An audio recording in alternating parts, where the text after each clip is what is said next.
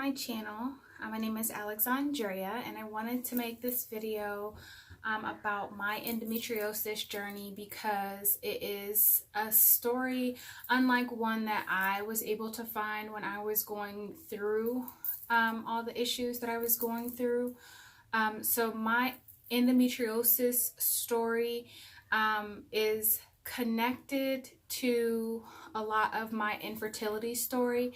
However, for the sake of this video and anyone that may be watching it wanting to educate themselves on endometriosis that are struggling with infertility as well, I am going to try to separate them to the best I can so that it doesn't really make anyone uncomfortable. Just from personal experiences, this is how I wanted to structure the video. The symptoms and things crept about when I was just 21.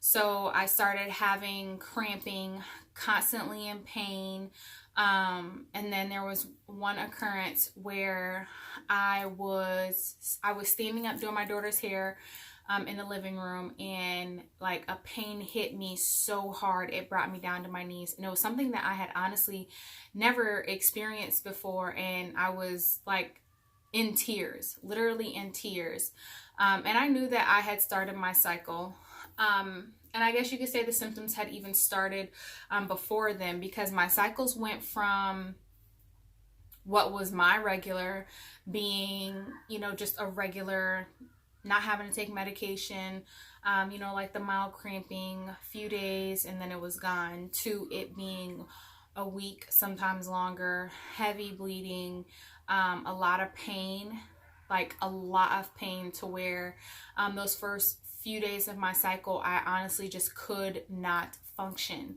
And I had to take 800 Motrin in order to get any kind of relief. So it escalated really quickly, and it just kind of happened from one month to the next, to be quite honest. I don't really remember there being much of a transition period, but it happened really fast. So there were a few times where I ended up in the hospital. Well, not the hospital, I went to the emergency room telling them, what was going on, letting them know, this isn't normal, basically asking for help. And I'll never forget, this male doctor handed me a piece of paper about cramps, basically trying to educate me on what cramps are and how it's part of the menstrual cycle and all this other stuff. And I just remember looking at him and like just thinking that he was everything but the child of God. Like it was so frustrating, because here I am knowing that something is wrong, because all signs are pointing to something being wrong, and I'm trying to get answers, I'm trying to get an understanding, and I'm not getting any of that. I'm just pretty much being told essentially like what I felt like I was being told I was crazy, and that was very frustrating, because like, where do you go after that? Like, you go to the doctors to get help. So, after all of that happening, after me going to the hospital and that happening, and them doing blood tests and things like that,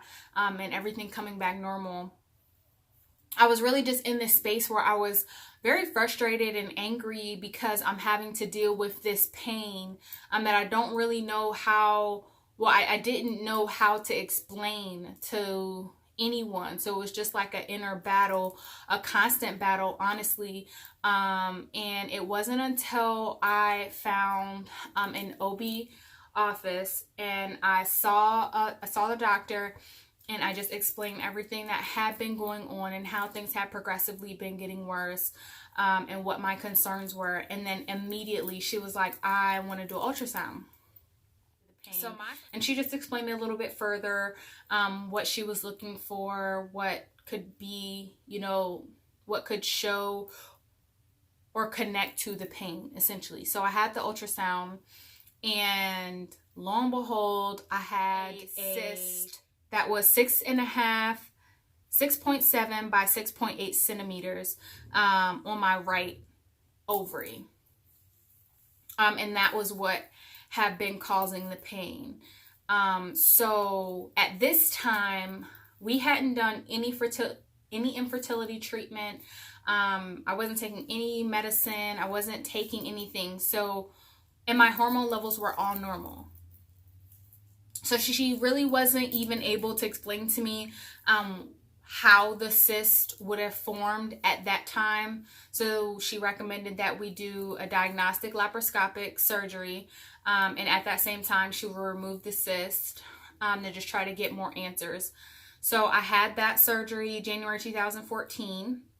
And it was really scary because everything was happening so fast. Like I had just got a new job. The surgery was happening in January 2014, and I got married in March 2014. So it was just a lot going on. After the surgery, she explained to me, you know, the findings of the procedure, of the laparoscopic procedure, which were the cysts. Which was the cyst, and I also had a biopsy from my left ovary removed as well because they saw a cyst forming, and then they saw endometrial scarring. So at this time, that is when I was initially diagnosed with endometriosis. So because she knew our desires, or I had explained our desires of having more children and starting our family soon after getting married, she put me on birth control and essentially was like, well, take this. This will help treat endometriosis. And then once you're ready to start having kids, just stop taking it and then you'll be fine. So that's what I did. I was taking the birth control and I stopped taking it like literally right before the wedding because, you know, we already had kids, so we wanted to keep them relatively close in age and just continue to expand our family. And unfortunately, it didn't happen that way. Like we tried naturally for the next year. And nothing happened. And in January 2015, we started seeing a reproductive endocrinologist because it was my understanding at the time of the first surgery, quite honestly, that after I had that surgery, then essentially I was cured. Little did I know, just because I hadn't taken the time to educate myself, because outside of that, I'm otherwise healthy. So I've never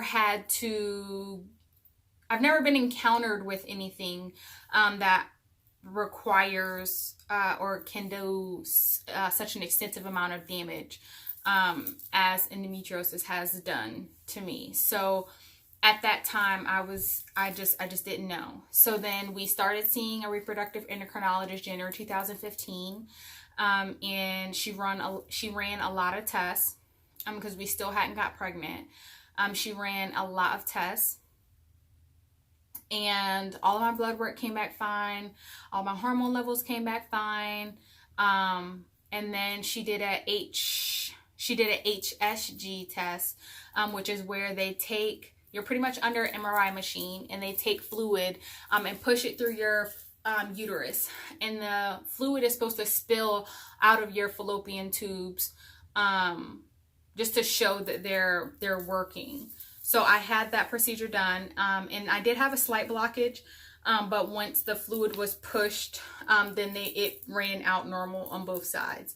So that wasn't a concern. They knew that my fallopian tubes hadn't been affected by the endometriosis. So when they did my initial ultrasound, that was when we saw that the cyst had returned.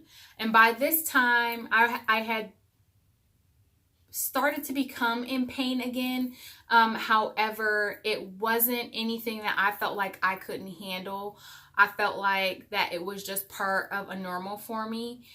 So I kind of just went day by day, dealing with the endometriosis pain. And then by that time, I had taken the time to educate myself on what the symptoms were, ways that you could, because there is no cure. So I basically was looking up a lot of different home remedies that had worked for other people. And a lot of the time, to be quite honest, I was just looking to not be in pain.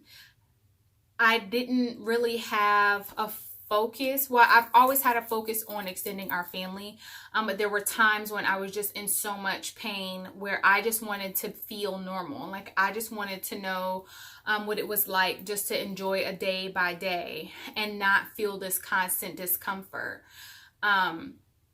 And you know, I found different things like changing what you eat, your diet, things like that, that I tried and I took part in, but nothing had really worked for me. So from January 2015 to December 2015, we completed 4 IUI procedures with medication. So the first 2 were Clomid cycles, and the last 2 were Femara cycles, and all of those cycles failed.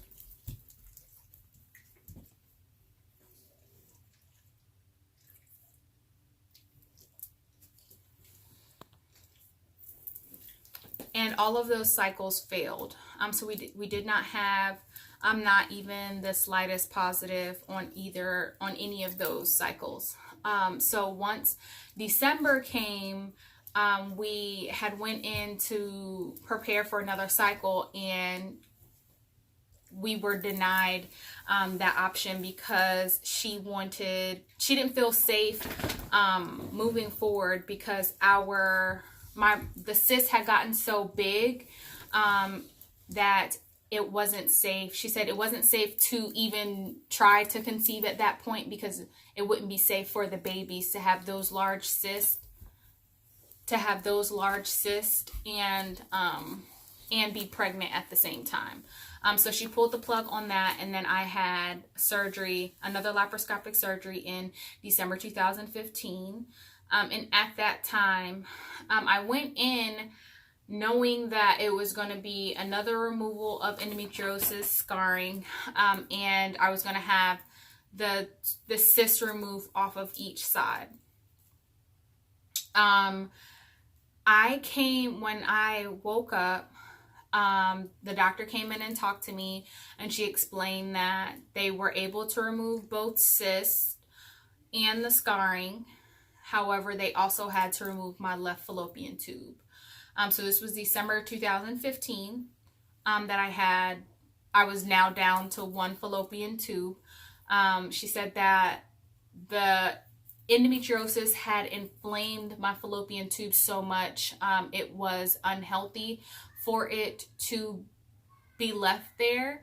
And then at the same time, she wasn't able to completely remove it because of all the adhesions that I had from the endometriosis. But it was no longer functional. Like it wasn't gonna work. Like it was broken. So it was broken, and I didn't have a tube anymore. So that was really hard for me. And I remember just like crying, laying in the bed, because it's like we were trying so hard to conceive, and it just didn't happen. And then that's kind of when I feel that I got a full or a piece of an understanding of what endometriosis can do and what it can grow to become. At this time, I had already been given 2 other forms of birth control in hopes of suppressing the hormones so that the cyst wouldn't grow back. However, those had already failed. So Depo was our next option. And I was given that right in recovery, right after the cysts were removed. And then my husband was going to be returning from deployment. So that Depo was only worth, a month's long. And then it was supposed to, I already knew that it was going to affect my cycles. However, I was told that it was only I may not have it for that month. But I ended up not really getting my cycle back. So I had to go back to my RE, and they prescribed me medicine. They had to give me 2 rounds of the medicine actually for my cycle to come back, so that we could begin another treatment. So my doctor explained it to me that the endometriosis had done so much already, that, everything was off at this point. And I could definitely feel it within my body. Like, I knew for sure that there was something different. Actually, that I knew that there was a lot different, and there wasn't anything that I could do about it. So, I just kept doing day by day. So then once my husband got back, we attempted to do yet another IUI, and that IUI was canceled because the cysts had grown back, and they were small, but they were back. So we weren't able to proceed. Well, they were small in comparison to what I've been dealing with up until this point. So we chose not to do another surgery at that time because we were preparing to transfer to a new station. And so I was given another form of birth control. I'm pretty sure it is a depot, but it's just the extended version of the depot because it was supposed to cover me for like 3 months. Essentially, it's like a birth control shot for 3 months. So I got that. And then we moved to Maine. And the area is so small up here. I had a really hard time even getting in to see my PCP on base. And in that time, the pain had came back, and I just kind of already knew what it was. So I just went back to rolling with the punches, day-to-day endometriosis pain, and it was just yet again another normal of being in this pain. So I didn't have any other surgeries from December 2015 to 2017. I just kind of roll with the punches. At that time, within those 2 years, my cycle had not come back from the depot that I had gotten, and my pain had started to come back, but in my mind, because I still had this extendo birth control thing going on, that it should buy me some time. And then we got up here, got wrapped up in everything, new job, new area, new school, all that stuff. And it was really hard to get in with the PCP up here, with my PCP up here, because the base is like, it's not even really a base. It's just a really small, it's a shipyard. So it is still government, but the base is just so small. It was really hard to get an appointment. So we went through all of that, and then we were finally able to get in with a fertility clinic, because we were told that within the stage of where we were, they would be the best ones to help, because they have help with women with endometriosis, and that's who we were sent to. So our thoughts were, okay, this will be awesome because we'll already be at a fertility clinic, and they'll be able to help me treat my endometriosis. However, when we got there, it definitely wasn't what we were looking for. Yes, on the fertility aspect, but no on the endometriosis aspect. It didn't. It's like our reproductive endocrinologist in Virginia, she did everything. She did the treatment of the endometriosis, and she did our fertility treatment.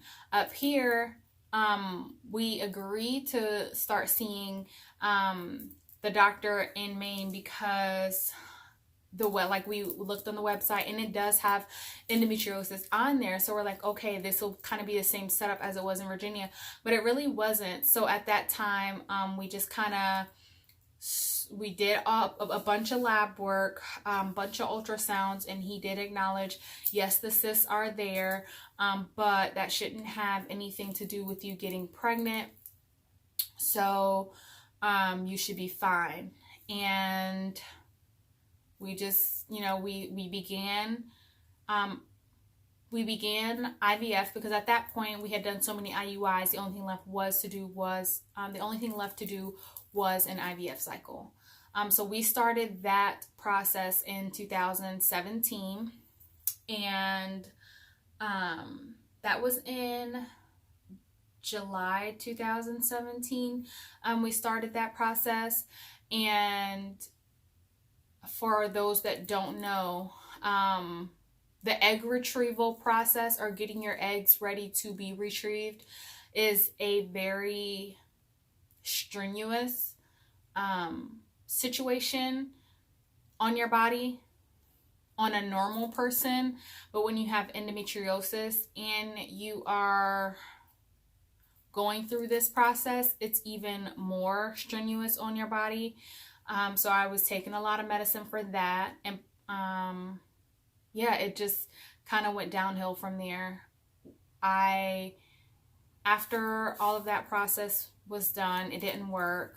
And I was in so much pain. Like, I had went from not having to take any medicine to living off of Tylenol and living off of the pain medicines that were prescribed. No opiates or anything like that, but like just different anti-inflammatory medications and Tylenol, and alternating between, that kind of thing.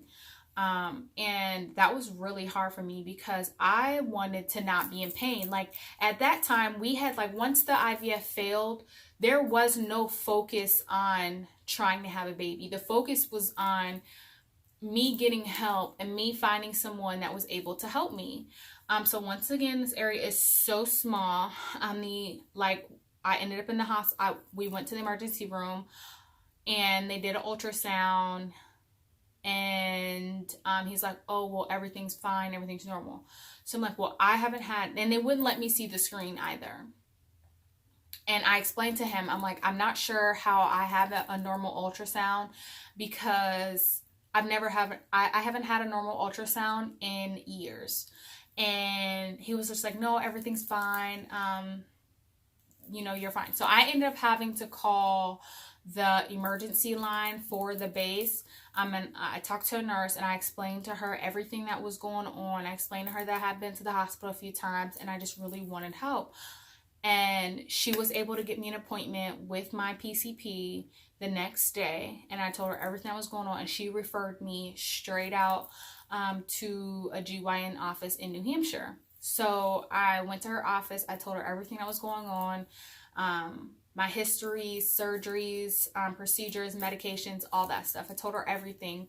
And she immediately scheduled for me to have an ultrasound. And it was terrifying. Like, there is no other word to put to it. It was absolutely terrifying, because I know you're thinking like, oh, well, you already knew you had him. I'm not sure why you were surprised, but it had gone to a whole nother magnitude than she had even seen. And she deals with a lot of cases for this area, and she's been practicing for a long time. So for me, my thought process was, if this is terrifying for me and she's not sure, then there has to be something really wrong. Like, this is not normal. And to be quite honest, I thought that I was having an issue maintaining my weight, which I had. I had gained a lot of weight when we transferred. Like, after we transferred up here, I had gained a lot of weight. But I had worked really hard on losing the weight, but my stomach was always protruding, and it was to where my stomach was sensitive to touch. And it was so painful, and it was just to the point where the only way that I was getting relief is cutting on the shower to the hottest temperature it would go, and just standing in the shower. That was the only way I was getting relief. I hadn't slept in months, and I'm not exaggerating. Like, I honestly had not slept in months, and I was living, like, I was terrified for my liver, because I had never taken so much medicine in my life.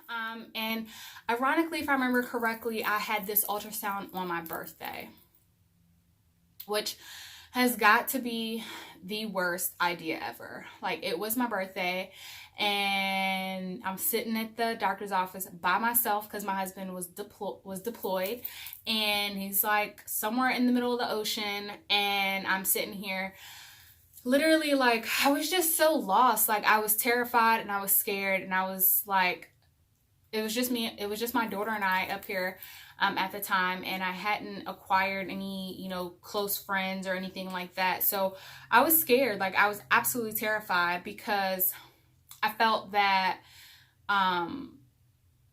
this was beyond anything that I had ever read about. This was beyond anything that I had ever heard anyone talk about on YouTube. And just within doing all of my research, like I had never encountered anything, or I had never heard of anyone encountering something so massive, that it had come to and had grown so fast. I mean, 2 years, yeah, that sounds like a long time, but if you really think about it, like your ovary is only but so big. And when you go to the doctor and they're telling you you have 10-centimeter cysts on each side, to the point where they can't even see your ovaries, and they can't even see where essentially one side ends and the other one begins, you just really start wondering, like, is this it for me? Am I ever going to be able to have more children? What do I do? Of course the only option was surgery, but it's like, how deep are we talking here? And at the time I'm 24 years old and I'm wanting to have more kids, and I'm being told like, well, you have these cysts on each side. So I'm like, okay, well, I have to wait until my husband gets back home because I don't have anybody here to help me. And she asked when my husband got back home, and I believe he was getting back. Now, my birthday's November 9th. So that's when we're having this conversation, the doctor and I. And I'm like, well, he gets back at the end of December. And she's like, you absolutely cannot wait that long. And of course, that took the breath out of me because I'm like, good Lord, like I can't even wait a month. Like, did I want to suffer through that pain? No. But as being in the military and me being 13 hours away from my family, like I had to understand, like, yes, I'm in pain. Well, in my mind, I'm like, yes, I'm in pain, but this is a lot to put on someone else that's not my husband. I didn't have anybody that I could call to step away from their family for that long amount of time, to help me and my daughter, in that process. She wrote all the paperwork, and basically wrote a letter explaining my condition to my husband's command, and sent pictures and all the supportive documents explaining to them why I needed this procedure and why it was so important for me to have it essentially right now, and why he needed to come home. And thank God that his command was able to get him home for me to have the procedure. And I had that procedure on November 17th. Yeah, I had that procedure November 17th. And yeah, like that was pretty crazy. Everything just happened so fast. I was very thankful that it happened fast and in the manner that it did. But it was scary to be in that, situation, going through that. It was very scary. And so I had the surgery. I had that surgery and it was unsuccessful. The surgery was unsuccessful. I woke up thinking that, I'm going to be out of pain and it's going to be so great. And by the time my husband had came in, I was already awake. And he asked me, he was like, well, I asked him immediately, I'm like, how did it go? Because last time I had surgery, I went, to sleep thinking I'm just going to have these cysts removed and I'm going to have, the lesions removed, and I woke up and I lost a fallopian tube. And now me knowing that this situation was so much worse, and these cysts were so much bigger, I just wanted to know what happened. I just wanted to know what the outcome was. I just looked at my husband, and my husband looked at me, and he's just like, we're going to wait for the doctor to come in. So the doctor came in, and she explained to me that she did not feel comfortable performing the procedure. So just based off the ultrasound, she had already brought in another provider with her for the surgery. So between her and the other provider, neither one of them felt comfortable moving forward with the procedure, because the lesions have pretty much, the way she explained it to me was, it was like a cement block. So all of my essentially like reproductive organs and my bowel were all they were all pretty much cemented together, is how she explained it, with scar tissue, and she just didn't feel comfortable moving forward with the surgery, so she didn't. So that day I was referred to Boston to he's a ovarian cancer doctor, and although I didn't have cancer in the area, he was the only other one that she knew of that would be able to help me. So that process went very fast, that by the end of, now it's usually pretty hard to get into the big hospital in Boston, but it happened so fast to the point where my surgery was on the 17th of November, and I had my surgery the day after Thanksgiving. So, I met with him, did all the consult, all the other stuff, and then had the surgery. And yeah, I had the surgery, and that was November 2017. I had that surgery, and he was able to complete the surgery to the point where I didn't lose anything else, and the cysts were removed, and large pieces of my ovaries, and so I still had stuff left. I still have my ovaries, I still have my uterus, all the scarring had been removed, but he told us at our follow-up appointment, he was very honest with us, and I truly appreciate that, because he was just like, if you're gonna try to have a baby, you have to do it now. He was like, because at some point you are gonna have to have the discussion of having your ovaries removed, because at this point you've tried every medication that's supposed to prevent the endometriosis from growing back and to prevent the cyst from growing back, and it hasn't. Nothing has stopped it. So at some point you're going to have that discussion. So that was November 2017. So the beginning of February, my symptoms started coming back, and I scheduled an appointment with my doctor in New Hampshire, and she went ahead and she brought me in, did the ultrasound, and confirmed that the cysts had returned, and they were back to the same size that they were when I had initially saw her, which was the 10 centimeters on each side. And she sent me back down to Boston, and the moment he walked into the exam room, and he's just like, "So you're back?" And I'm like, "Yeah." So at that time, we just pretty much decided that the only other option at this point was to have my ovaries removed. So May 2018, I had my ovaries removed, and there was some concern of my bowel, because that had always been a problem, and it was wrapped up in with everything else. But thank God he was able to remove the scarring and remove everything to where my bowel was not affected too much. So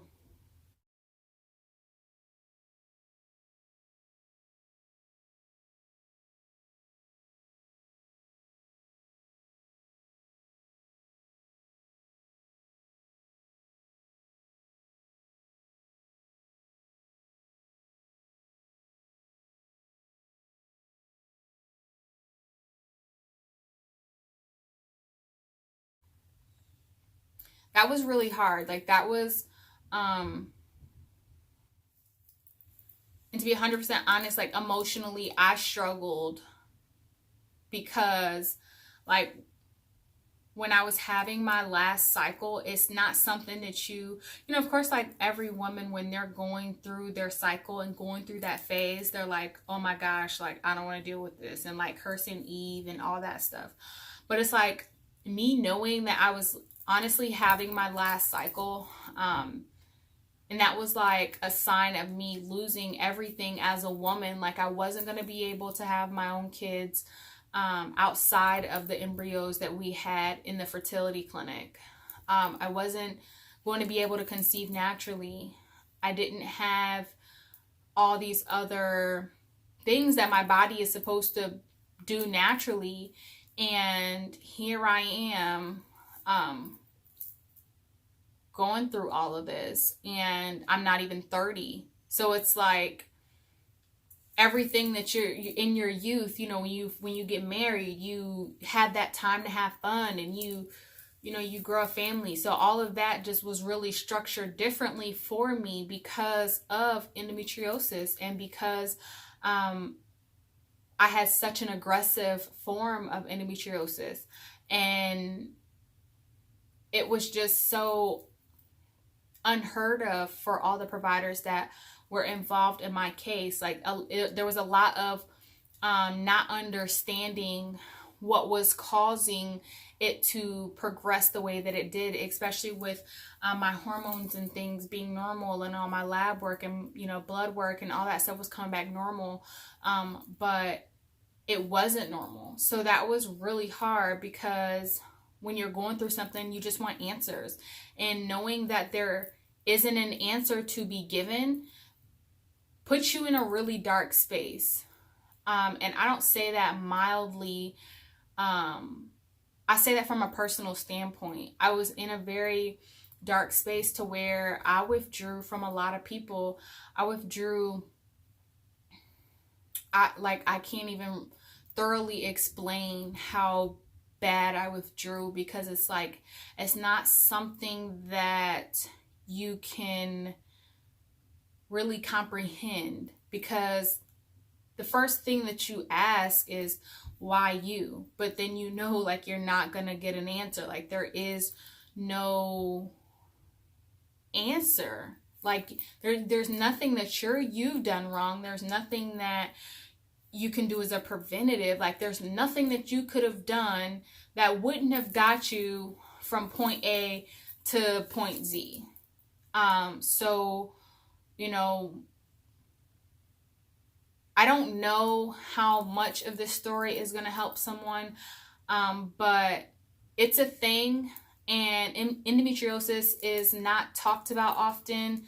There isn't a cure for it, and a lot of women go through it, and a lot of women go through these symptoms undiagnosed. And I think that women should really take the time to speak with their providers. Unfortunately, with the only way it being diagnosed is laparoscopic, it puts us in a position where we have to go under general anesthesia just to figure out, or just to know if we have this disease, to then treat it. So it's like, there's just not a lot of research. There's not a lot of answers for those of us that are going through it. And I'm going to make a different video on the infertility treatment and infertility journey aspect of it. But I just really wanted to make a story about my endometriosis journey, and kind of share what all, we went through in basically dealing with day to day, from, the last 4 or 5 years. But I really appreciate you guys taking the time to watch this video. I apologize if it's super long, but I hope you guys found it informative. And if you have any questions, don't hesitate to ask below. You guys have a great day. Bye.